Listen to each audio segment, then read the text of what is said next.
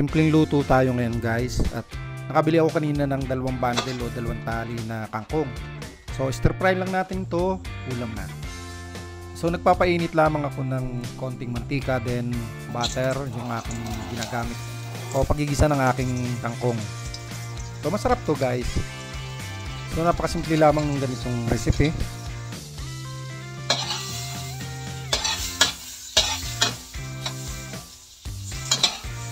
Then lagay natin yung ating bawang pag medyo tunaw na yung ating butter, at hintayin natin na maging golden brown yung ating bawang para naman maging aromatic siya.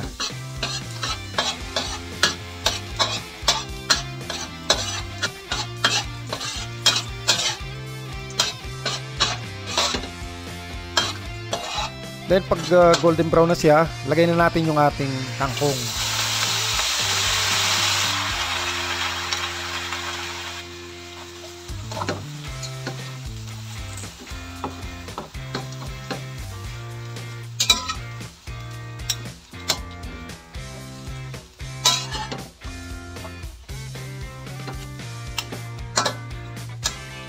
Okay, naglalagay nga pala ako dito ng oyster sauce, mga 2 tablespoon, at saka liquid seasoning. Kailangan natin lagyan siya ng paminta at konting asin.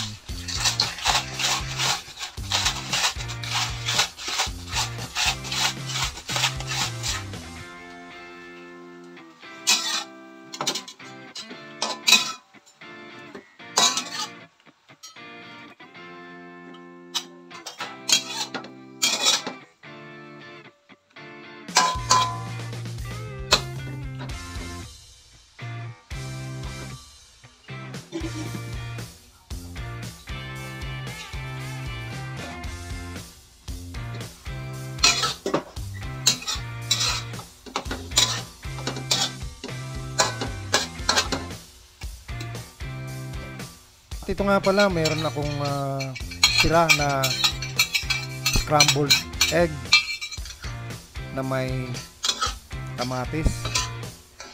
So isinawag ko na rin siya para naman lalong mas sumarap yung ating niluto. So that's all guys. Luto na po yung ating stir fry na kangkong. So let's go, kain tayo. So that's all. Hanggang sa muli guys. At sana po ay nag-enjoy kayo sa panunod sa akin. At dun po sa mga bago pa lamang sa aking channel, huwag niyo pong kalilimutan, paki-like lang po, paki-subscribe, at syempre paki-hit na rin po yung bell button para lagi po kayong updated sa mga bago kong nilalabas na video. Maraming salamat po. God bless. Bye bye.